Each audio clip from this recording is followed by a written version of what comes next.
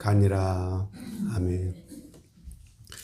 우리가 지난 시간에 사울이 이 다윗을 계속해서 추격해 올 때에 이 다윗은 십황무지라고 하는 곳에서 사울에게 꼼짝없이 붙잡힐 수밖에 없는 그런 궁지에 몰리게 되었습니다. 하지만 하나님께서 바로 그때 블레셋을 일으키셔서 이스라엘을 침공하도록 하셨죠. 그래서 이제 다윗을 다 붙잡게 되었는데 사울은 포위를 풀고 급히 이 블레셋을 막으러 떠날 수밖에 없었습니다. 그래서 그곳 이름을 셀라 하마느곳이라고 부르게 되었습니다. 이처럼 우리의 인생이 참 막다른 길에 몰렸을 때, 그리고 사방이 다 막히고 어떻게 해볼 수 없는 그러한 순간을 맞이하게 될 때에 이때 피할 길을 주시는 하나님이시다라고 하는 것. 정말 결정적인 위기의 순간, 정확한 타이밍에 도와주시는 하나님, 피할 길을 내시고 우리로 감당케 하시는 하나님. 그 하나님은 바로 저와 여러분들에게 셀라 하마느곳의 하나님이다라고 하는 말씀을 드렸습니다. 이처럼 위기를 벗어난 다윗은 이제 엔게디 황무지라고 하는 곳에 자신의 몸을 숨겼습니다. 엔게디는 사해 근처에 있는 뜨거운 광야 지역입니다. 그곳에는 많은 자연 동굴이 있기 때문에 다윗은 그곳에서 자신을 따르는 그 무리들과 함께 그 동굴 가운데 숨어 들어갔습니다. 사울은 블레셋 군대들이 물러가자마자 즉시 또 3,000명의 정예 부대를 이끌고 엔게디 황무지로 다윗을 잡으러 왔습니다. 그리고 그 과정에서 사울이 그 많은 동굴 중에 하나의 동굴에 찾아 들어갑니다. 왜 들어갔습니까? 오늘 말씀해 보니까는 발을 가리우러 들어갔다 이렇게 되어 있는데, 이 말을 개역 개정 성경에 보면은 뒤를 보러 들어갔다 이렇게 되어 있습니다. 무슨 말입니까? 용변을 보러 들어갔다라고 하는 것이죠. 그런데 하필이면은 이 사울이 들어갔던 그 굴에 다윗과 그 부하들이 숨어 있었던 것이죠. 환한 바깥에서 어두운 동굴로 들어가게 될 때 잠시 동안 아무것도 보이질 않습니다. 바로 사울이 그러한 상태에 있습니다. 무장 해제하고 홀로 캄캄한 동굴 속에 들어와서 볼일을 보고 있었던 이 사울. 정말로 하나님이 주신 기회라고 여겨질 수밖에 없는 완벽한 기회였습니다. 칼 한 번만 휘두르면 됩니다. 아니, 다윗이 자신의 칼에 피를 묻힐 필요도 없죠. 부하들에게 고개만 한번 끄덕해도, 신호만 한번 줘도 모든 상황이 끝나는 그러한 상황입니다.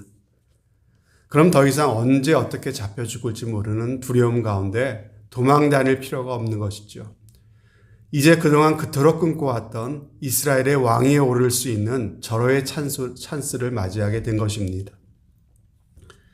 그런데 이상하죠. 다윗은 사울을 죽이지를 않았습니다. 가만히 다가가서 사울이 눈치를 못 채게 그의 옷자락 끝을 베었다고 성경은 말씀하시죠. 여러분, 우리 인간이 가지고 있는 무서운 본능, 무서운 유혹 중에 하나가 바로 보복하려고 하는 유혹입니다. 나에게 상처를 준 사람, 나를 짓밟은 사람에게 내가 힘이 없어서 그렇지 언젠가 기회가 되면은 멋지게 보복을 하고 싶은 것이 바로 우리들의 본능 아니겠습니까? 하지만 생각해 보십시오. 만약에 다윗이 이때 사울을 죽였다면 어떻게 되겠습니까? 이 다윗은 결코 하나님의 마음에 합한 사람이 될 수 있었을까요? 그는 아마 이스라엘의 가장 존경받는 왕이 될 수 없었을 것입니다. 그러나 이 다윗은 그 무서운 보복하고 싶은 유혹을 물리쳤다고 하는 것이죠. 어떻게 그렇게 할 수 있었을까요? 어떻게 왕이 되고자 하는 욕망을 억제하고 마지막까지 사울을 품을 수 있었던 것일까요? 그것은 바로 하나님의 사람으로서 다윗은 그 안에 선명한 기준을 갖고 살았기 때문입니다. 참으로 절호의 찬스라고 여겨지는 순간이 왔을 때 바로 그 순간에 기회를 붙잡기보다는 정말 그가 붙잡을 수 있었던, 그가 따를 수 있었던 하나님의 사람으로서의 흔들리지 않는 분명한 기준이 그 가운데 있었기 때문에 다윗이 다윗 될 수 있었다고 하는 것입니다. 여러분, 과연 그 기준이 무엇일까요? 하나님의 사람으로서 참으로 위대한 인생을 살아갈 수 있게 했던 다윗 안에 있었던 그 선명한 기준이 과연 무엇입니까? 그가 붙잡고 있었던 첫 번째 기준은요, 바로 기회를 살리기보다는 하나님의 뜻을 살리는 것입니다. 다윗은 사울을 죽일 수 있는 기회보다 그 속에서 하나님의 뜻이 무엇인가를 더 중요하게 보았다고 하는 것입니다. 자신의 일시적인 유익보다 어려워도 손해를 볼지라도 하나님의 말씀을 따라 살아가겠다고 하는 분명한 기준이 바로 그 안에 있었던 것입니다. 다윗의 부하들은 지금의 상황이 하나님이 허락하신 기회로 보고 있습니다. 그래서 두 번 다시 찾아오지 않을 이 기회를 놓쳐서는 안 된다고 그렇게 다윗에게 이야기를 하고 있습니다. 그러나 다윗은 주변 사람들이 주장하는 기회를 따르지 않고 하나님의 뜻을 따릅니다. 다윗은 진리와 명분에 따라서 하나님의 뜻을 마음대로 해석하고 적용하는 사람들을 따르지 않았습니다. 여기에 다윗의 위대함이 있는 것이죠. 그렇다면 다윗이 사울을 죽이지 않기로 작정한 이유가 무엇입니까? 바로 다윗은 기름 부음 받은 종을 사람이 처단하는 것이 하나님이 기뻐하시는 일이 아니다. 하나님께서 금하신 일이다라고 하는 그러한 사실입니다. 다윗은 원수 갚는 것이 내게 있는 것이 아니라 하나님께 속한 것이라고 하는 하나님의 말씀을 기억합니다. 그리고 그 말씀에 따라서 지금 행동하고 있는 것입니다. 여러분, 세상은 끊임없이 우리에게 무엇이라고 속삭입니까? 성공하려면은, 내가 세상에서 잘 되려면 기회를 살리라고, 기회를 놓쳐서는 안 된다고 이야기를 합니다. 그러나 여러분, 우리가 살면서 만나는 모든 기회가 다 하나님이 주시는 기회가 아니라는 사실을 잊어서는 안 됩니다. 잠언 14장 12절에 어떤 길은 사람이 보기에 바르나 필경은 사망의 길이라고 말씀하고 있습니다. 그렇습니다, 여러분. 우리 그리스도인이 따라야 할 것은요, 기회가 아닙니다. 우리 그리스도인이 살면서 붙잡아야 될 것은 인생의 기회가 아니라 바로 하나님의 말씀이며 하나님의 뜻인 줄로 믿습니다. 기회를 따르기보다는 진리를 따르시는 여러분들이 되시기를 바랍니다. 기회를 살려내는 삶을 살아가기보다는 하나님의 뜻을 살려낼 수 있는 저와 여러분이 될 수 있기를 주님의 이름으로 축복합니다. 여러분 기억하십시오. 어떤 기회가 여러분들에게 왔을 때 이때가 정말로 나의 믿음을 보일 수 있는 또 다른 기회구나라고 하는 사실을 여러분들 분별하시기를 바랍니다. 정말 그때가 하나님께 인정받을 수 있는 또 다른 기회라고 하는 것입니다. 기회가 왔다고 해서 덥석 그 기회를 붙잡는 것은 수가 낮은 사람의 모습입니다. 하지만 하나님의 사람으로서 선명한 기준을 갖고 살아가는 사람이라면 이 기회가 과연 하나님이 허락하신 것인지, 하나님이 기뻐하시는 것인지를 먼저 생각해 보아야 합니다. 그래서 기회를 살려내기보다는 하나님의 뜻을 살려내시기를 바랍니다. 그리할 때 저와 여러분은 정말로 하나님이 함께 하시는 기회, 그래서 가장 안전하고 가장 축복된 좋은 기회를 얻게 될 줄로 믿습니다. 예수님께서도 우리에게 말씀하셨죠. 넓은 길, 많은 사람들이 가는 길로 가지 말고 좁은 문으로 들어가기를 힘쓰라고 하셨습니다. 예수님을 따르는 우리들은 남들이 가지 않는, 그래서 찾는 이가 적은 좁은 문으로 들어가는 좁은 길로 갈 수 있는 용기 있는 사람들이 되어야 된다고 하셨습니다. 여러분, 조금 늦게 가더라도, 내게 주어지는 기회를 잃어버리는 것 같더라도 항상 정도를 걸어갈 수 있는 저와 여러분이 되시기를 바랍니다. 조금 손해가 될지라도 하나님의 말씀대로 살아가리라 결단하시기를 바랍니다. 비웃음과 조롱이 있다 할지라도 하나님의 진리를 따라 살아가십시다. 그러한 삶을 살아갈 때 하나님께서 그 인생을 반드시 책임져 주실 줄로 믿습니다. 다윗이 갖고 있었던 또 하나의 기준이 있는데요. 그것은 바로 하나님의 주권을 인정하는 것입니다. 다윗은 사무엘 선지자로부터 기름 부음을 받고 나서 언젠가 자신이 이스라엘 왕이 될 것이다 라는 사실을 그는 알고 있었습니다. 왜요? 하나님께서 내게 기름 부으셨기 때문에. 그러나 그는 결코 성급하게 서두르지 않았습니다.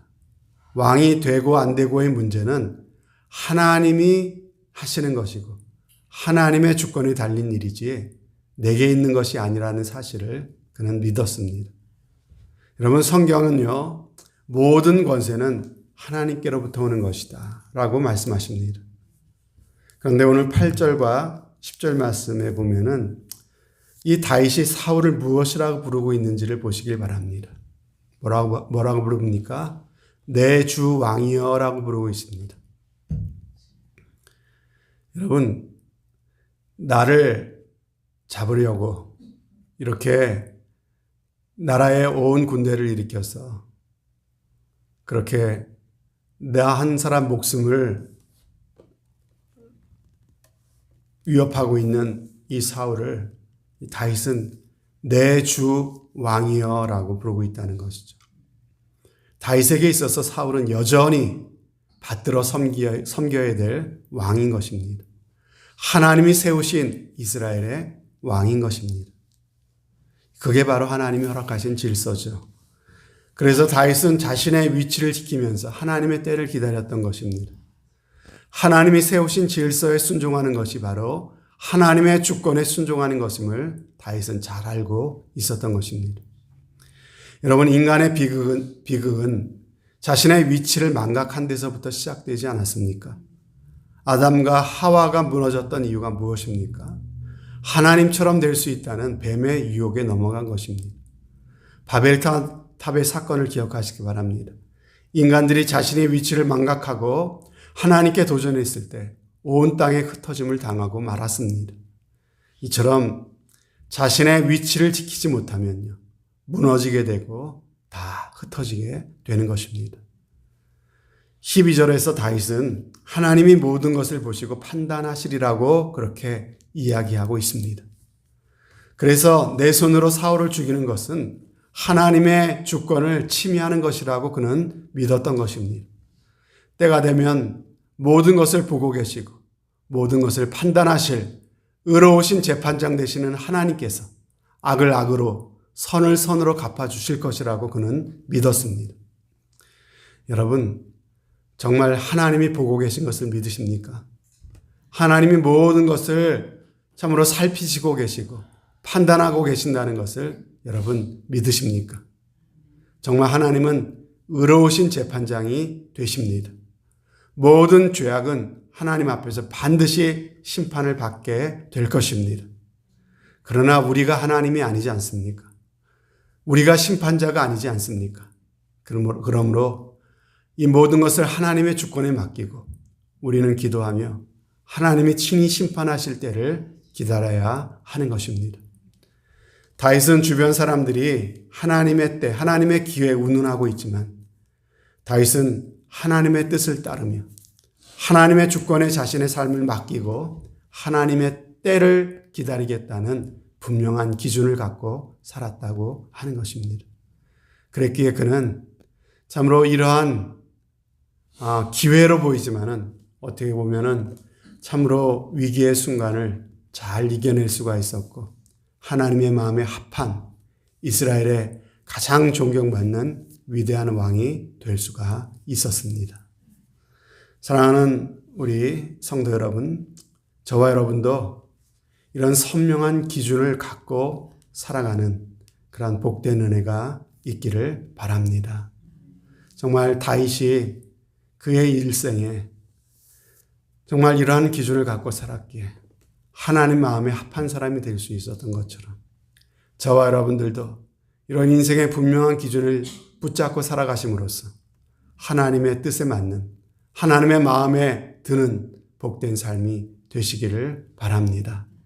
그래서 내 인생에 정말 이 세상이 하나님을 인정하지 않고 자기 스스로가 주인 노릇하며 살아가는 인본주의가 판치는 이 시대에 하나님만이 내 인생의 주인 되심을 고백하면서 그분의 뜻과 섭리를 따라 좁은 길, 생명의 길을 걸어갈 수 있는 믿음의 승리자들이 꼭 되어 주시기를 주님의 이름으로 축원드립니다. 아멘.